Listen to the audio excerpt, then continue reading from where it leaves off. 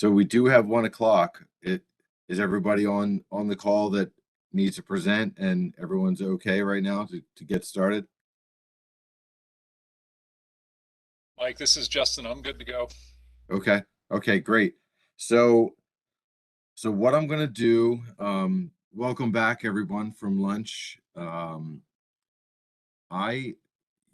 been a lot of discussion recently about issues regarding black sea bass and other issues as well. But the board, the ASMFC board asked to whether they asked to be able to present information today, so we can have a discussion. But this is not a joint meeting. So what I'm going to do is I'm going to adjourn the council at this time. It's 1:01. And I'm going to turn it over to Justin Davis, who is the board chair. I recommend that council members stay on the call and be part of the discussion, because after the board discussion, there's going to be an opportunity. Well, the council's going to need to take action as well. So with that said, Justin, I'm going to turn it over to you. And I'm glad we were able to work this out. Okay, thank you, Mr. Chairman. So good afternoon, everybody. I'll go ahead and call to order this meeting of the ASMFC Summer Flounder, Scup, and Black Sea Bass Board. My name is Justin Davis from the state of Connecticut and currently serving as board chair. I'll start really quickly by thanking our partners at the Mid-Atlantic Council for carving out this window of time for us to have this board meeting today to discuss this important topic.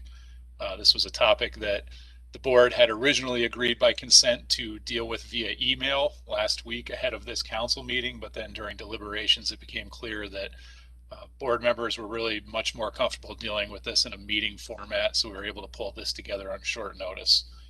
I'm not going to say much more beyond that. We have a short agenda today, but also a short amount of time to complete it in. And with that note, I'll just move to the first item on our agenda today, which is approval of the agenda. Are there any suggested additions or changes to the agenda?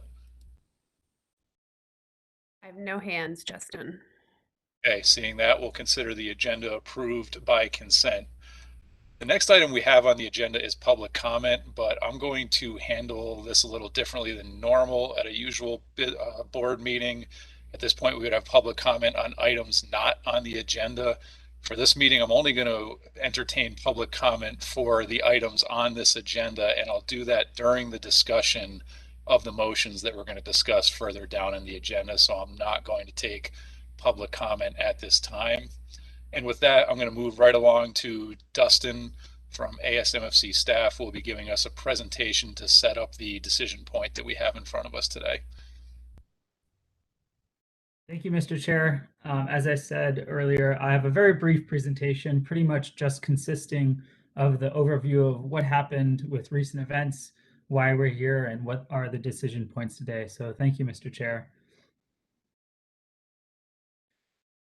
So first, I'll just cover the background, as I said, of where we are in the process. Then I'll review the technical committee recommendations on a revised reduction target for black sea bass. The memo that was provided in briefing materials outlines the technical committee's recommendations. And then up for board consideration today is approval of a revised reduction target for black sea bass. So just to give a little bit of background, in December of 2021, the board and council met jointly and adopted conservation equivalency for the 2022 black sea bass recreational management, with a 28% reduction in regional measures compared to 2018 through 2021 harvest. Then the next step of this recreational management measure setting process, the TC met to discuss criteria for developing the regional proposals, but during their review, they noticed some anomalies with the MRIP harvest estimates for black sea bass. Then, following the commission winter meeting in January 25th, the board received a presentation on preliminary work of the outlier identification and smoothing analysis that the TC had conducted to address and look at some of these anomalies within the MRIP harvest estimates. So the slides on the methodology of the modified Thompson-Tau analysis were provided as part of the briefing materials for this meeting. And here I'll note that slide 3 and slide 12 contain preliminary reduction percentages that were reported from the preliminary analysis that had not yet received TC review and approval. So that analysis has since been updated, and I'll discuss that in more detail shortly. So at that meeting, after reviewing this work by the TC, the board rescinded the December motion and tasked the TC with reviewing the outlier analysis and providing a recommendation on a new black sea bass reduction target. So during staff review of the outlier analysis, during the end of January, a few corrections were made, which adjusted the overall range of potential reductions. But the methods of the analysis that were presented by Jeff Brust to the board on January 25th, that analysis and methodology remains the same. It was just point estimates and a few of the Wave 6 2021 projected harvest estimates that have since changed. So on January 31st, the TC reviewed that outlier and identification and smoothing analysis and recommended a reduction target of 24% for the black sea bass recreational fishery. This represented the average of the full range of viable reductions considered. The TC also agreed that a range of 20.7 to 26.8% reductions were viable for management use. So in terms of next steps that the board and the council can take, today the board can consider a new reduction target for black sea bass. And I'll note here that no action today will default to a 28% reduction required, as was the case in the motion that still stands that was made on January 25th at the last board meeting. The council will then convene after the board to consider rescinding the December motion that was made jointly and approving the board-approved black sea bass reduction target. The smooth data will then be incorporated into the technical committee's standardized black sea bass reduction tables, which the TC has continued to work on and are close to finalizing. And then the regional proposals for black sea bass measures will be due on February 21st. So at the January 25th board meeting, the board agreed to follow up via email vote on this issue once they had received the technical committee's recommendation on a black sea bass reduction target. As such, two motions were made via email. The first motion, made by Ms. Meserve and Mr. Batsavage, set a 24% reduction target. You'll notice the non-preferred coastwide measures have been updated to reflect the new reduction target. And so up on the screen right now is the motion that was made. Following that first motion that was made via email, Mr. Gorham and Mr. Sikorsky made a substitute motion to specify a 20.7% reduction, which is within the range that the TC identified as viable for management. So with that, I'll turn it over to you, Mr. Chair, to lead the discussion. I'm happy to answer any follow-up questions, but in the spirit of getting right down to it, I'll turn it back to you.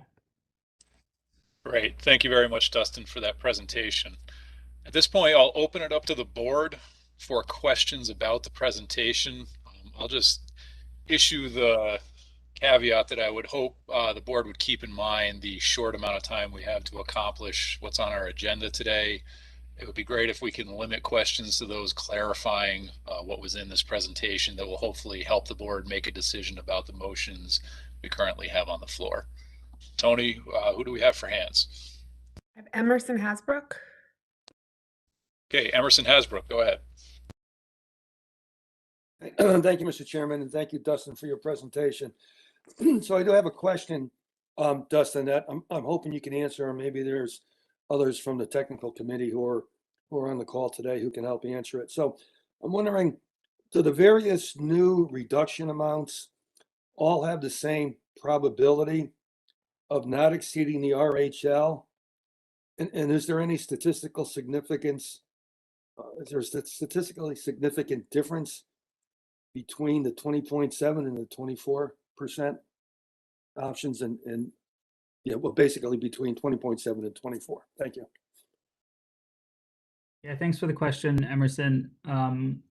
So we do have Alexa Galvan on the call as well. She is the TC chair. I'll give an initial response and see if she has any follow-up. The analysis that was conducted was really an outlier identification and smoothing analysis, and not a analysis looking at the probability of exceeding the RHL. So at this time, I don't have a response for you, but I'll let maybe Alexa comment if she has anything additional to share.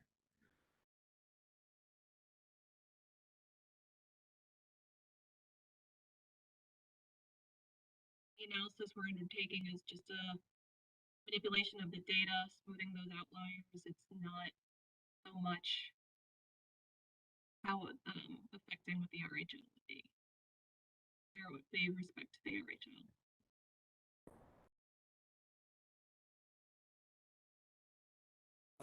I couldn't hear that response. I don't know if others had trouble with the audio or not. That response was a bit faint. Could we try it again? Possibly. I don't know if might be possible to try speaking up or adjusting your audio. Alexa, we couldn't quite hear the response. I'm sorry, is this any better? Seems a No. little bit. Oh, okay.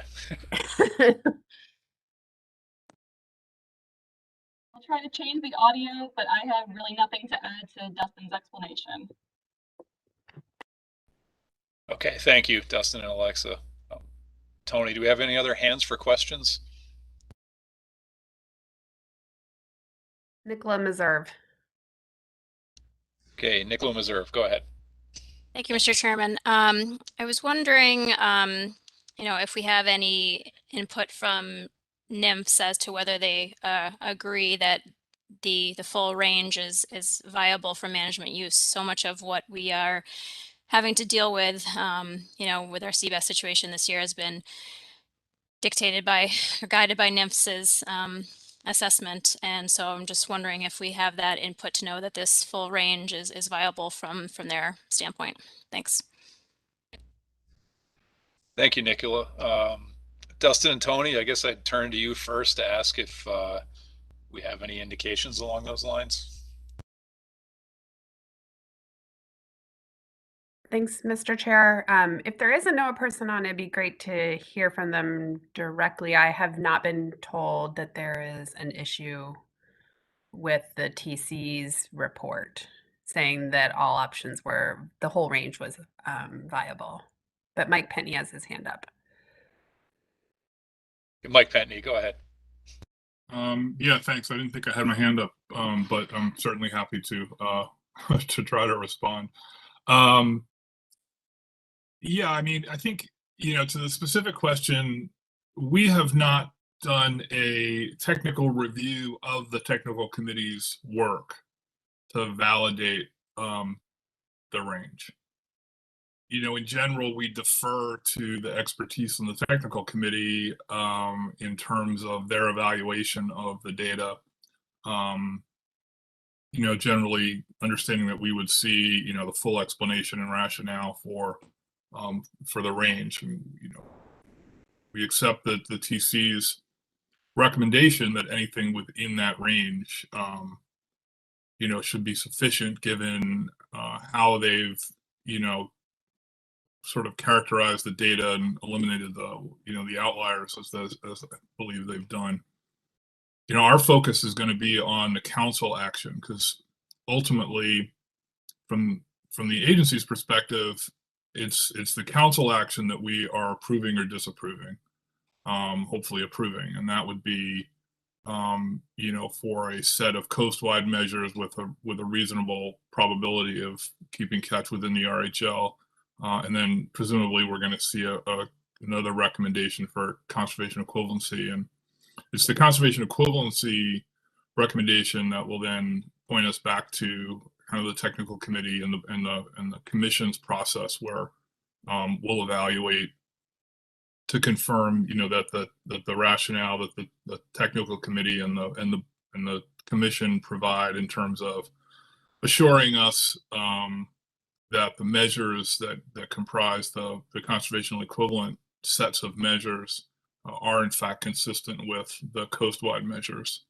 to prevent the RHL from being exceeded. So I know that's a very circular and long-winded response to basically say, again, we haven't done a technical evaluation of the TC's work, but taking the TC's recommendations at face value, then anything within that range should be a good starting point for the board and later the council. Thanks. Thank you, Mike. I think that's helpful. Nicole, I'll ask if you wanted to ask a follow-up, or is that sufficient? That was sufficient. Thank you. Okay. Tony, do we have any additional hands for questions? I have Shanna Madsen. Okay, Shanna Madsen, go ahead. Thank you, Mr. Chair. Just a quick question. We had a little conversation going on via email regarding these percentages and what the methodology was associated with. I'm not sure if Jeff Brust is on the line, but I was just curious as to what methodology the 20.7% reduction was associated with. I kind of missed that part of the TC call. Dustin, I'll give you first crack at that, or if maybe Alexa wants to try it. Yeah, I'll give a first crack at it, and then Alexa can follow up if I've mischaracterized anything or missed anything. Jeff Brust is not on the call, unfortunately, but I think I'm equipped to answer this question. The parameters within the Thompson-Tau outlier identification and smoothing analysis are subject to change. So when we used, it might be a little challenging for me to relay the complexity without getting too jargony, but when looking at the probability for identifying an outlier, you can adjust the alpha value. And so adjusting that alpha value to 0.3 or identifying basically the sessional tendency of 70% of the values are normal and outside of that they are outliers, that gives you a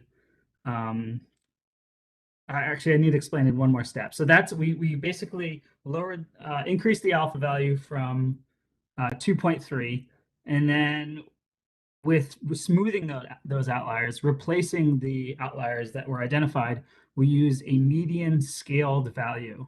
And so the scaling up of the low end outliers was 150%, and the scaling down of the upper end outliers was 50%. So when you look at the parameters, we used an alpha value of 0.3, and when you look at the scaled value, basically the replacement value, we took a median and scaled that.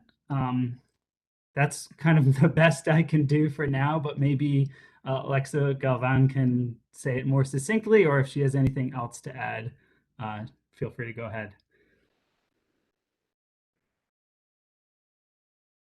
Can you hear me? Is this better? It's much better. Thanks, Alexa. Okay. No, everything Dustin said is correct. I'm looking at the spreadsheet right now.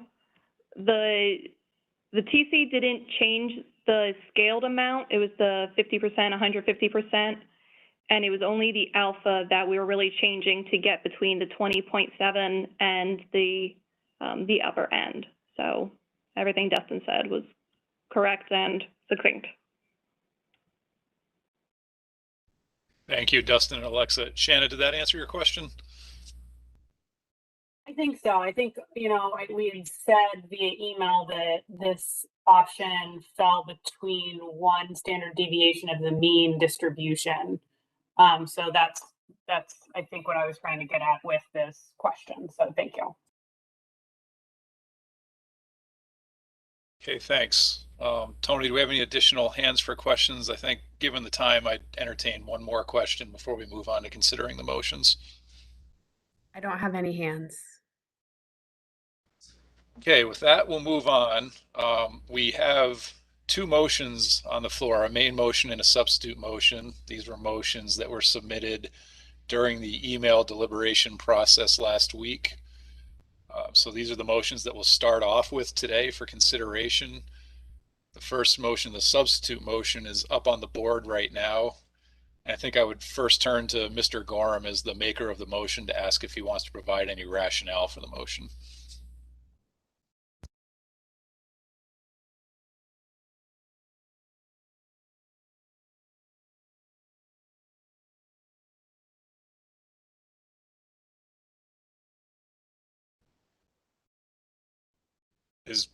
Bill is here.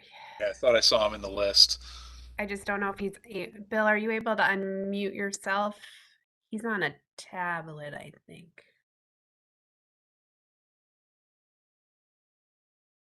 He's I see in a chat, Justin, he's having trouble with his audio. Okay. Given that, Bill, I'll come back to you, but I'll move on to David Sikorsky to ask if he wants to provide any rationale as the seconder of the motion. Thank you, Mr. Chairman. I was really in operating an email was looking to provide Mr. Gorham an opportunity to present his arguments, and would love to have him weigh in here, which I'm sure staff and here are working on. But ultimately, this action, I could probably rant about it for quite some time, especially after reviewing public comment and realizing the impact that what we're talking about today is going to have on folks for real no obvious reason to benefit the stock. I look at this as the tail wagging the dog, the federal tail wagging the dog, and the stakeholders are the ones getting bit. And that's happening in small ports in tough economic times up and down our coast. So in a perfect world, this motion would say a 0% reduction, but as it is the lowest end of the range provided to us by the technical committee, and that's the way this process works, I'm happy to second this motion because it is the least impactful thing to these fishery stakeholders. And then, it's just unfortunately where we are today. Okay, thank you, David. Tony, I'll turn to you to see what hands we may have for a discussion on the motion.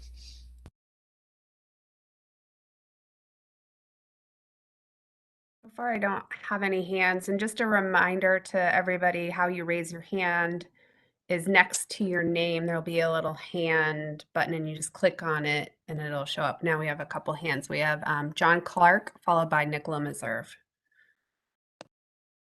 Okay, John Clark, go ahead. Thank you, Mr. Chair. I'd like to support the substitute motion. I sent out an email kind of while we were in transition from going from an email vote to the meeting we're having right now. And I'd just like to reiterate the points I put in the email, which is the presentation on the outlier analysis that we have just seen once again, or kind of got a recap of it, presented us with the range of reductions based on the choice of the outlier definitions. The 20.7% reduction identifies all observations that are more than one standard deviation from the mean, which has a sound statistical basis given the messiness and huge variation in the MRIP data. Addressing all these observations higher or lower than the mean still requires a large reduction in the recreational harvest, but should be more manageable for our recreational fisheries than the larger reductions. For the southern region, the difference between a 20.7 and a 24% reduction may be the difference between a half-inch increase and a 1-inch increase in the minimum size.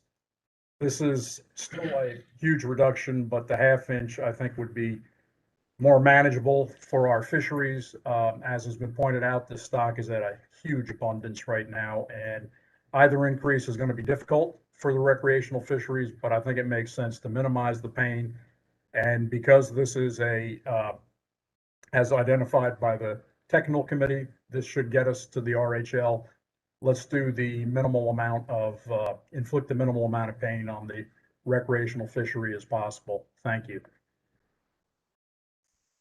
Thank you, John. Nicola Meserve, go ahead. Thank you, Mr. Chairman.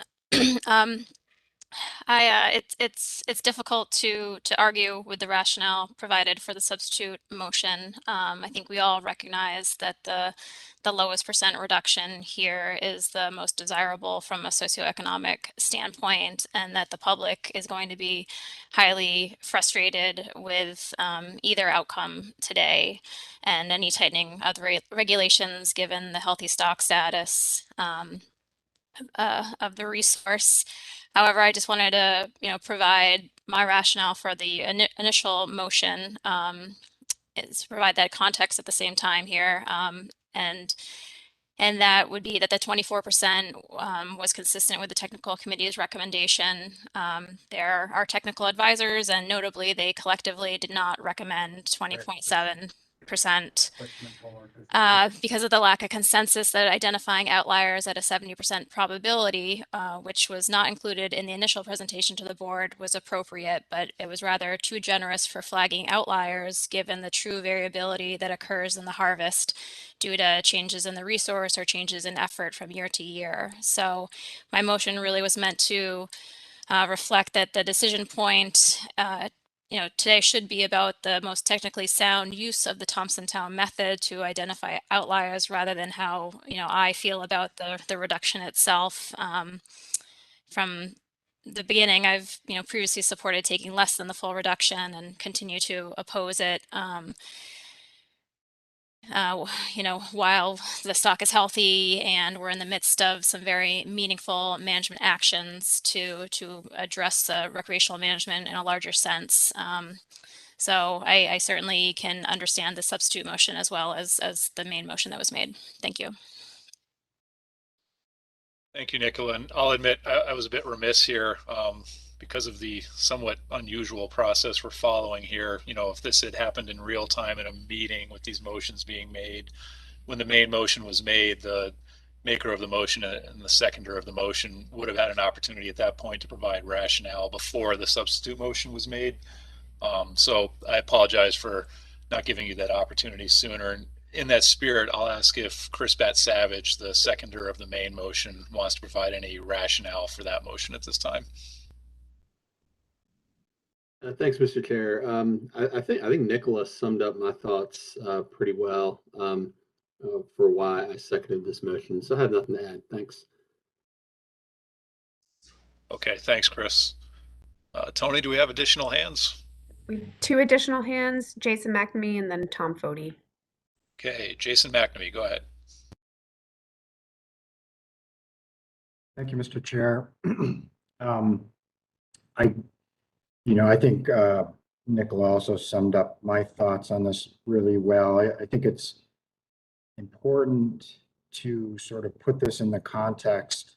Again, I don't disagree with anything that John Clark said or what David Sikorsky kind of led us off with here with regard to the substitute. I understand why people prefer it, but I get back to trying to remember what it is we asked the technical committee to do, and that is to kind of produce an alternate realization of the MRIP data through the identification of outliers and sort of accounting for that in an objective manner. And so they didn't have a really good mechanism to pick all of the dials within the model that they were using. And so what they did instead was to develop the ensemble approach, sort of,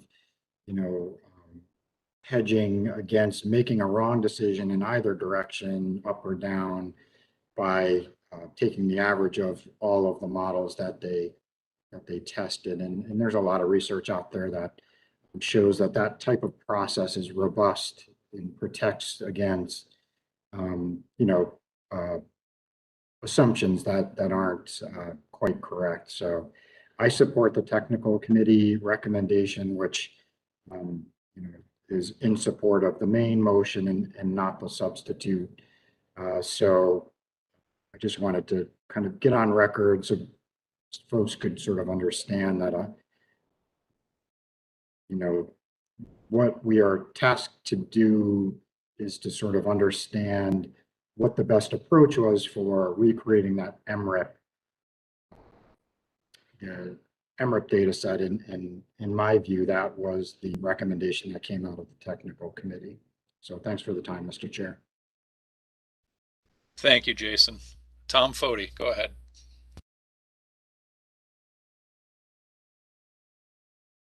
Yeah, I agree with John Clark as far as this is a needless motion to begin with. If I was basically going to be crazy, I'd basically make a motion for zero, a substitute motion for zero reduction, but I know that's not going to go anywhere. My job as a commission is to look at the stocks, see if the stocks are satisfied and will be basically at maximum yield, and also to look at what people are doing. I mean, this is a needless operation to reduce black sea bass that will have huge economic impacts, and it will not do anything for the stock. And I'm tired of basically supporting motions that do that. My job is to protect the fishermen, besides protecting the resource, and we fail on that job. If this was just the commission looking at this, I think it'd be a total different vote going on, and it's a total different operation.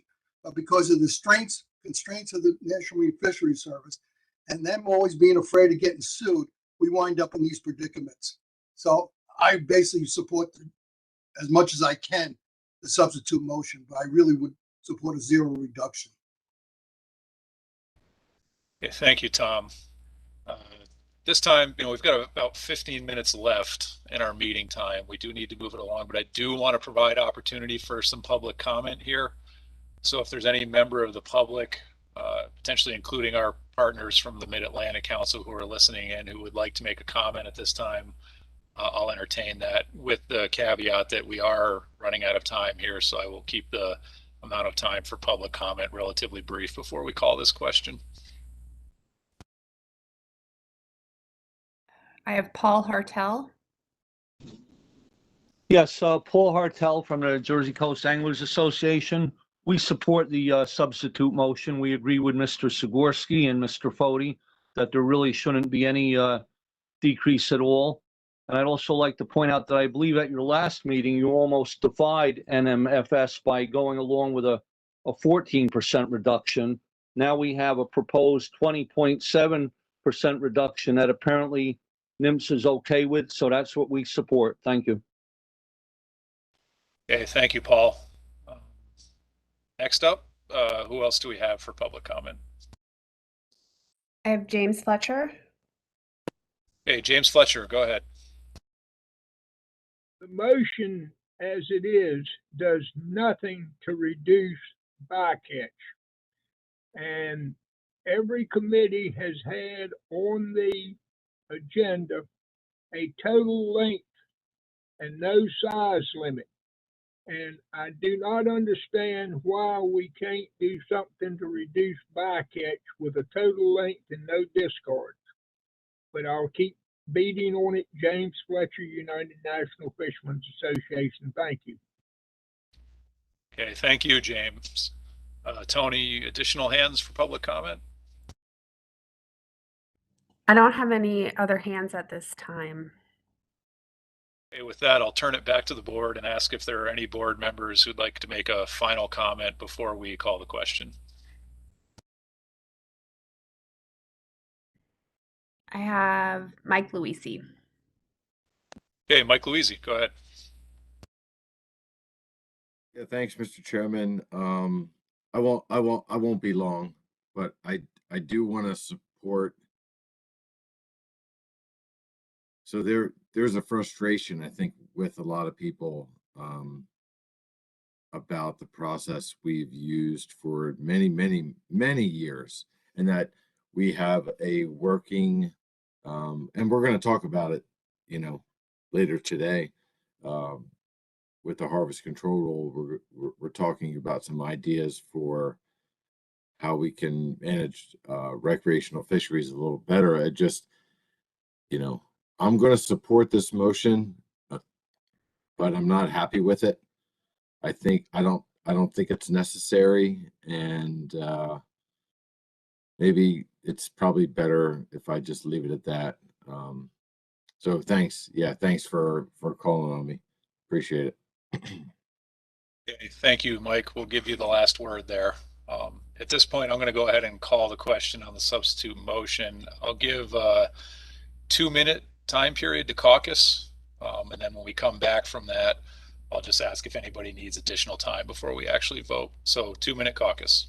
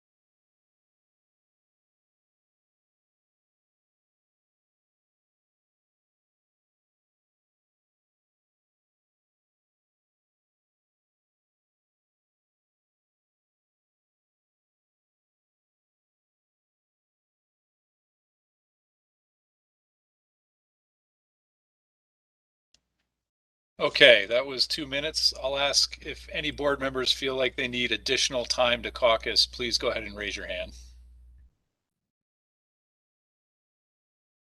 I don't have any hands. Okay, with that, we'll go ahead and move to voting. I'm going to read the motion into the record because no one has read it into the record today. The substitute motion is move to substitute to specify a 20.7% reduction in harvest compared to the 2018 through 2021 average, incorporating the technical committee's analyses of the MRIP data to achieve the coastwide 2022 RHL for black sea bass and adjust the non-preferred coastwide measures for consistency to 14-inch minimum size, 5 fish possession limit, and open season of May 15th through October 8th. Motion made by Mr. Gorham and seconded by Mr. Sikorsky. At this time, I'll ask everyone in favor of the motion to please raise your hands. Just going to give the hands a second to settle. I have Delaware, Potomac River Fisheries Commission, New York, Massachusetts. Hands are moving, sorry. Virginia, New Jersey, Connecticut, and Maryland. Just want to double check those because the hands moved while I was raising. Okay, could I ask council staff to put the hands down for me? Thanks. I can confirm that there were 8. That's what I have, Dustin. Okay, are we ready for no votes, Tony? Yep. Okay, So I'm sorry, Justin, just to make sure, I saw Dave Sikorsky's hand and mine go up at the same time.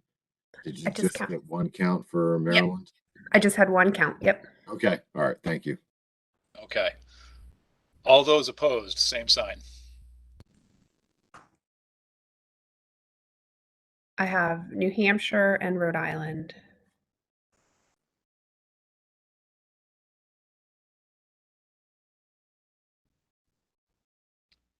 And are the hands cleared? Yes. Okay, any abstentions?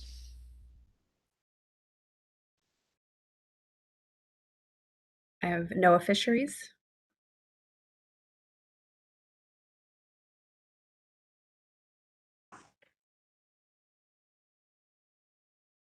Okay, any null votes? I have 1 null vote, North Carolina.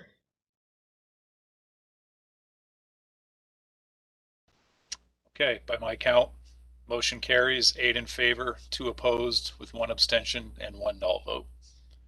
So the substitute motion will now become the main motion.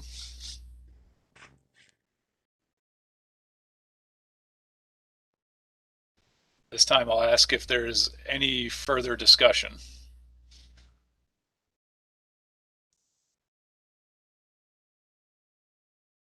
I don't see any hands raised. Okay, with that, I'll offer an opportunity for public comment on this main motion. Limited. We are running out of time here, but if there is any member of the public that would like to comment on the main motion that didn't have a chance to comment already.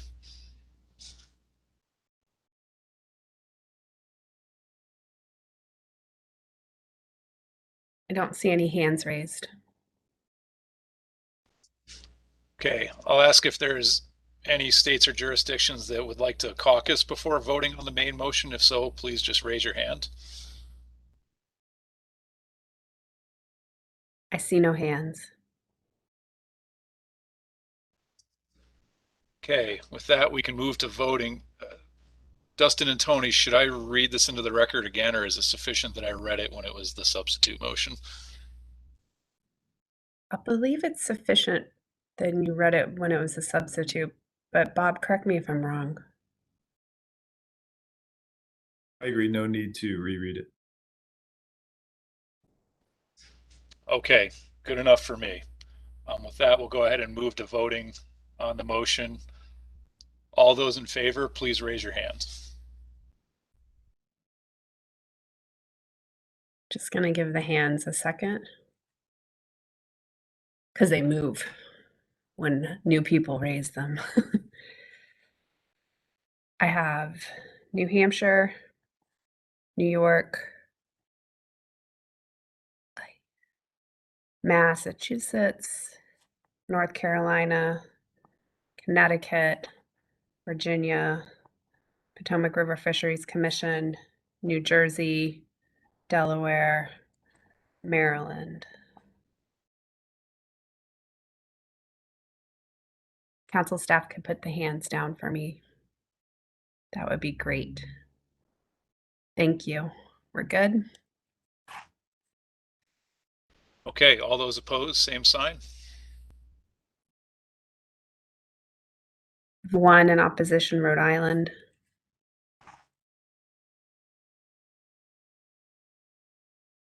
We could put there. We're ready. Okay, any abstentions? One abstention, no fisheries. Any null votes? I see no hands raised. Okay, by my count, motion carries 10 in favor, 1 opposed with 1 abstention. So Dustin, I believe that concludes this item on the agenda. I believe it does. I just wanted to confirm with Tony and you, Justin. Did you have 10 in favor? I didn't confirm that with anybody. Yes.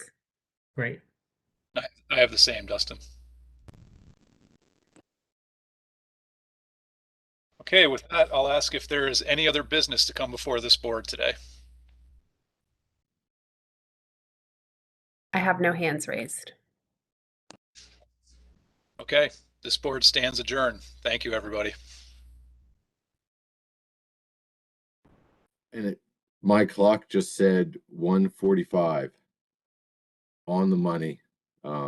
Thank you, Justin. Thank you, Mr. Chairman, for, navigating us through that. So the next thing that we have to do, I guess I need to call to order the council. So I'm going to bring the council back and call the council to order so that we can take up the discussion on what was just what the board just did. So can we bring up that?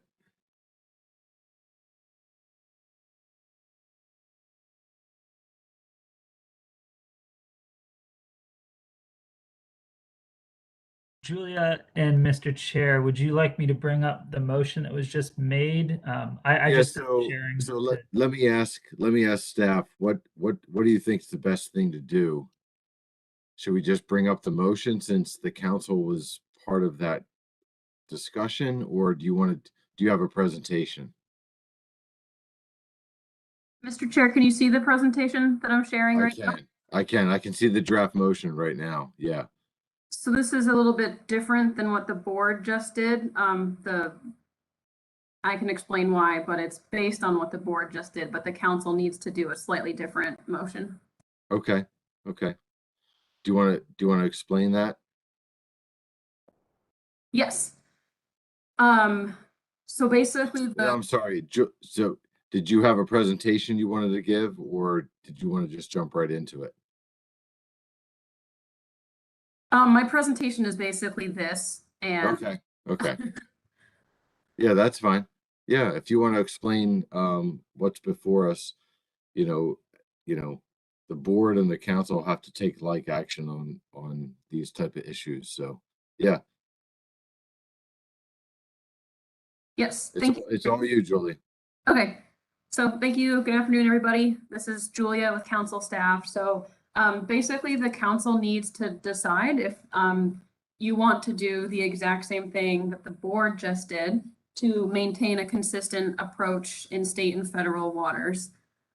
So this motion is slightly different than what the board just did for their motion because the council first needs to rescind their December 2021 motion.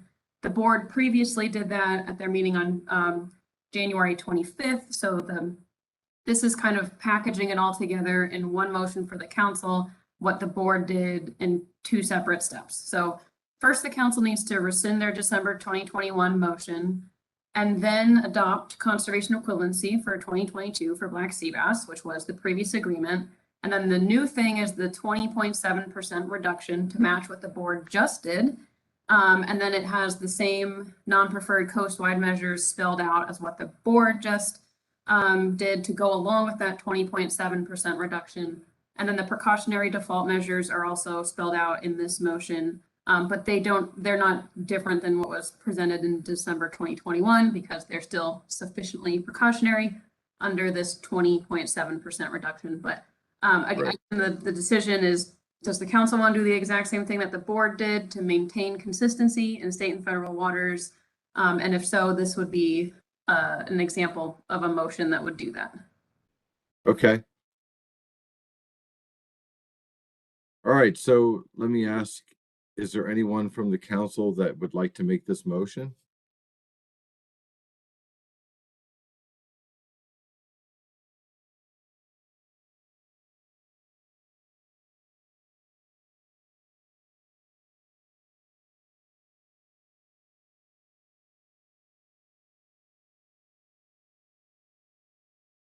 I don't see any hands at this time.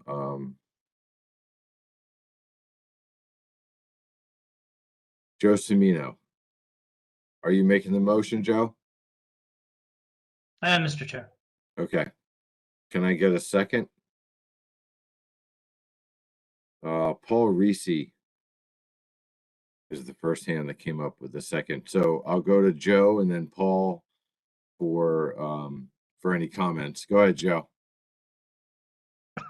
Well, we're in a rather unique situation, Mr. Chair, because I would refer to the comments made recently. However, the council has just reconvened. So, there was long discussions on this when we first were looking at a 14% reduction. And, I think we got to a place with the help of ASMFC's technical committee of a reduction that still puts us within, what Garfield needs, which is a reasonable assumption that the projections that we're using under this reduction would keep us within the RHL. And so it's difficult, as many have said, to talk about reductions, but we need to stay within the RHL. And so I support this motion. Okay. Yeah, thanks, Joe. Paul Reese. Thank you, Mr. Chairman. Yeah, it's hard to add anything to that. It's very disappointing that this is where we are, but we'll take all that we can. Yeah. Okay. Yeah. Thanks for your. Let me see what I've got here. John Almeida. Go ahead, John. Your hand up. Thank you, Mr. Chair. Thank you, Mr. Chair. I just wanted to confirm that this motion is the same as what the commission, that the board voted. I think because the one that was it is without seeing both of them together. I just want to confirm that. Can somebody on staff confirm that? Hello, Mr. Chair. This is Dustin. I'm not sure if I'm speaking out of turn, but No, please just jump in. Yeah. Yeah. So there was kind of a two-part set of motions that occurred at the commission's January 25th meeting. There was the motion to rescind the December motion, which also put in place a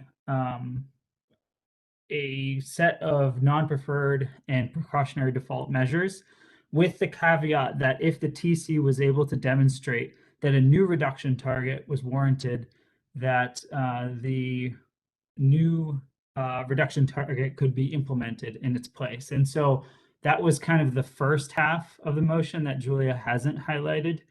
And in the portion of the motion that she has highlighted was the one that was taken just minutes ago. So in effect, the combination of those two motions, the motion to rescind and now the new reduction target, with the new non-preferred and precautionary default measures as indicated in the highlighted text. Those combined make up what this motion is here today. So the council is doing that all in one step versus two steps. Right. Okay. Yeah. Thanks, Dustin. So John, how does that work for you on your side? Yeah, I just wanted to confirm, because I know that was the intent of the makers. I just wanted to make certain that Yeah, I what mean, the language. if the intent's there, right? I mean, do you need the actual same language? No, I Point of just order. mean that. I'm sorry. What I meant was that the numbers reflect what was in the Okay. what Okay. just voted on. Yeah. And Okay. I'm hearing confirmation that it is in fact the same numbers. Yeah. Okay. That makes sense. Okay. Point of order. Yeah. I don't know who that was. Is that Eric? Yeah, it is, Mike. So Yeah. a State your point. a motion to rescind requires a 2/3 vote, but the rest of that motion only requires a majority.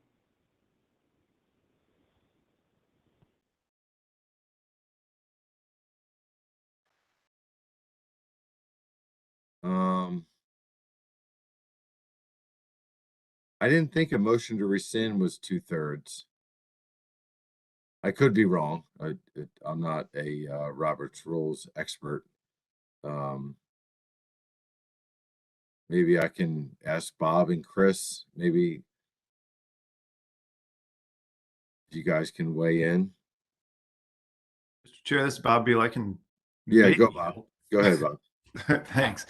Yeah, ASMFC has a unique rule within our guidelines and our rules and regulations that requires a 2/3 vote to amend or rescind any previous final action taken by a management board. So that may be what Mr. Reed's referring to. Okay.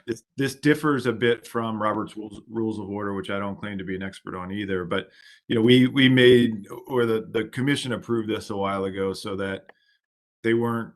There was a sort of a disincentive or a fairly high hurdle to amend or rescind any previous actions that previous final actions that the commission has taken. So that's a unique thing to ASMFC potentially. Yeah, and since this is a council action, maybe that doesn't apply. I see a couple hands up. John, go ahead, John. Thank you, Mr. Chair. My understanding in Robert's rules is that if there has been notice of the motion to rescind, as there was here, then it only requires a simple majority. But Okay. if there hasn't been, then it requires a 2/3 majority. So Okay. it's different scenarios. And I think here we're within the 50% simple majority rule. Okay. And I guess the question is, are you comfortable with the way the motions is before us at this point? Even though it deviates a little bit from what ASMFC did because they took it in different parts. Are you comfortable with this? Yes, I am. Because Okay. we're not in that situation where we're meeting jointly. So Right. they acted, Okay. now we're acting. So I'm fine with Okay. this approach. Yeah. All right. So is there any discussion by members of the council on this action?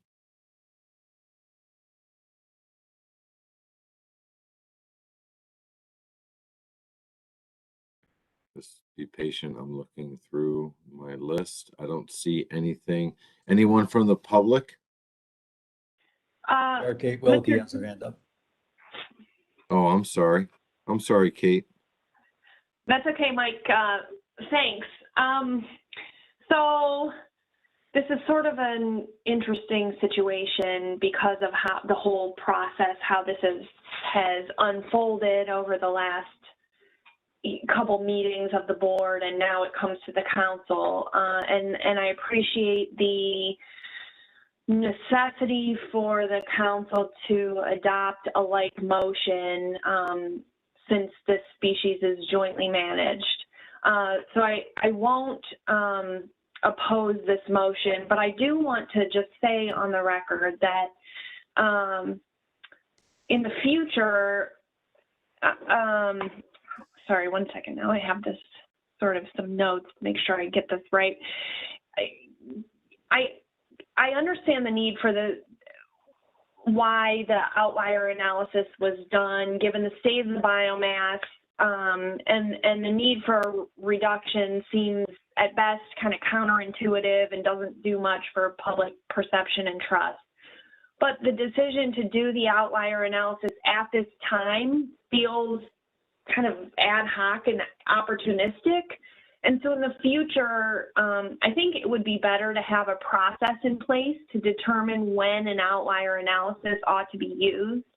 And ideally, that process would involve MRIP staff and those most familiar with the survey to decide what data points are outliers and what scale the identification of outliers is most appropriate considering the survey design and the data collection and the potential reasons for the suspected outliers.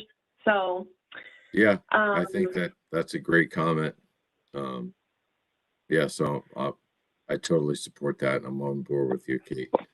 Okay, yeah, thanks for that, Mike. And then, you know, I also share the concerns that Jay McNamee raised about the Thomson Tau analysis and how there was a bit of discussion among the TC about the appropriate way to do the analysis. But so just wanted to get all that on the record, and I will not oppose this motion. So thanks. Yeah. Okay. Yeah. I mean, so Kate, like, there are some people dabbling around the idea that maybe this isn't necessary, and that's where I stand. I don't think that this reduction is needed, but we have to use the information we have and abide by the rules, and it just puts us in a really awkward spot, especially when it comes down to credibility with the stakeholders. So I feel what you're saying, Kate, and you know, I'm right there with you. Are there anyone else from the council that wants to weigh in at this point? I'm sorry, I'm just trying to scroll up and see who's. Does anyone see any hands? I didn't see Kate, so I don't know if something happened. I don't see any right now. That you have. I just saw Dewey's hand come up. Dewey Hemmelwright. Go ahead, Dewey.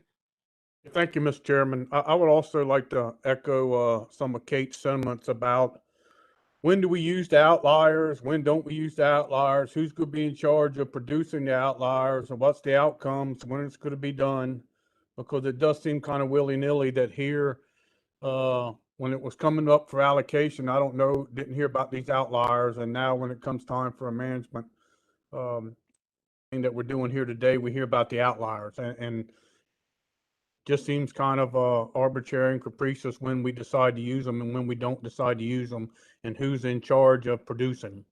So I would kind of echo some of Kate's sentiments there. Thank you. Yeah. Okay. Thanks, Dewey. Appreciate your comment. I think that was Michelle. Let me see. Michelle Duvall. Go ahead, Michelle. Thank you, Mr. Chair. So just to add to that outlier conversation, I'll just note that the most recent National Academies, review that was commissioned as a result of the Modern Fish Act that looked at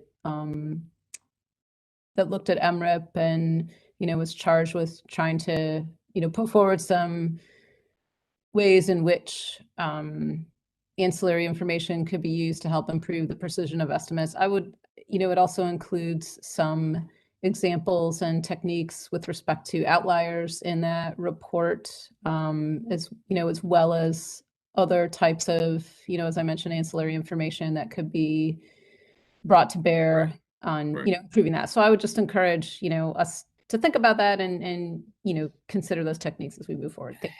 Yeah. All right, that's a great recommendation. Joe, your hand came up and down. Joe Cimino. Go ahead. Yeah, thanks, Mr. Chair. I mean, I think one of the conversations that needs to be had is when we have used these. What we do for flounder, scup, and sea bass is quite unique in that we try and project the next year's harvest based on, you know, a combination of what we have so far for a current year, and then fill in the last couple of waves with older years. And so outliers in the sense of, you know, an anomaly in a particular year can be very disadvantageous to use in projecting what will happen in the next year. And so it's different than saying we're using these to get out of accountability measures, or we're putting these different numbers into a stock assessment to say how many fish were harvested. It's a tool to do our best to predict what the measures that we have in place, what might do in an upcoming year. And so Right. I think, I think it's a little different than some of the things that have been pointed out. And I think, I disagree that MREP staff is the best group to help us with this, especially since the survey is conducted by the states now. ACCSP has a recreational technical committee that does look at the data as raw data as they're going into the computations. But I think it's actually a better group to be assisting with outliers and in this type of survey process that we're using. Thanks. Yeah. Yeah, no, I appreciate that. And I've had concerns about perception on, using that type of analysis on, as we choose, rather than something that kind of, maybe more like whole scale, across the board is, something we do. Yeah, so I share your concerns, Joe. I appreciate your thoughts. Kate? Go ahead, Thanks, Kate. Mr. Chair. And I just wanted to follow up on what Joe just said. And Joe, I appreciate that kind of correction of what I said, because I think you're right. My point was the folks who are intimately familiar with the data collection. So thanks for correcting that. That's not actually the MREP team, but more the state folks that do the data collection and the ACCSP group. So thanks for pointing that out. Yeah, okay, thanks, thanks, Kate. Is there anyone else from the council that wants to weigh in on this? All right, I don't see any hands. So I guess John or Chris, do you think should I read this into the record, or since it hasn't changed, can we just vote on it? Mr. Chair, I described the motion, but I didn't read the exact words of the motion, so it might be worth somebody reading it. Okay, yeah, I can read it in. Is the council ready for the question? I don't see any hands, so I'm assuming so. So, okay, I'll read the motion into the record, then we'll call the vote.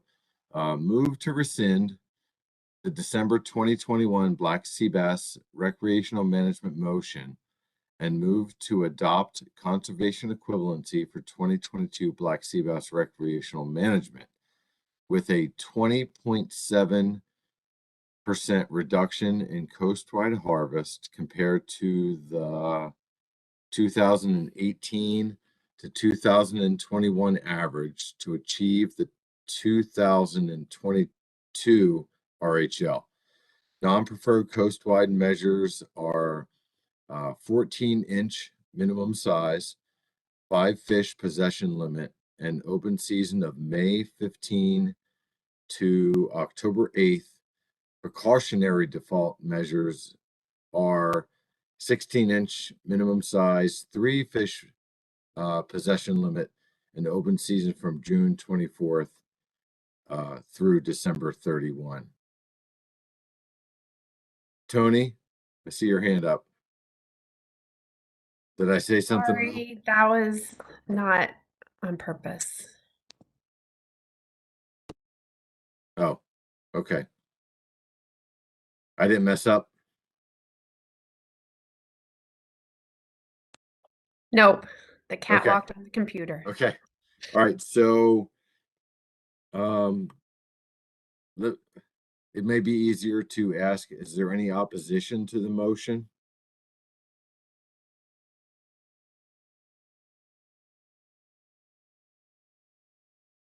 Mr. Chair, I'm not opposing, but I was going to be a null vote.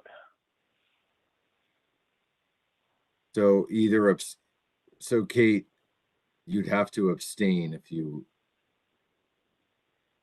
this is just for the council. Okay. So Oh, if okay. you, Then an abstention. Yes. Sorry about that. No, it's okay. If you didn't want to vote on this, it would be an abstention. So seeing no opposition with one abstention from Kate Wilkie, Mike Pentney, are you abstaining as well, Mike? Yes. Okay. So Mike's abstaining, so 2 abstentions, the motion carries with no objection and 2 abstentions. Okay. So let me ask staff, is there anything else right now that needs to come before the council and the board on this issue? Nope, we should be good. Okay, so I think we're a little bit over our time. I could use 5 minutes. I'm sure the rest of you can as well. Why don't we come back at Mr. Chair? Yeah, please. Yeah, Go ahead, so we remember that we modified the agenda. Our start time with the policy board is 2:30. So you actually have a 20-minute break. Okay. Yeah, sorry about that. I'm looking at my briefing book, which was after the modification, or probably printed before the modification. Okay, so do you think it's best we'll come back at 2:30? Yes. Okay, all right. So thanks, everyone. And we'll be back at 2:30. Thank you very much.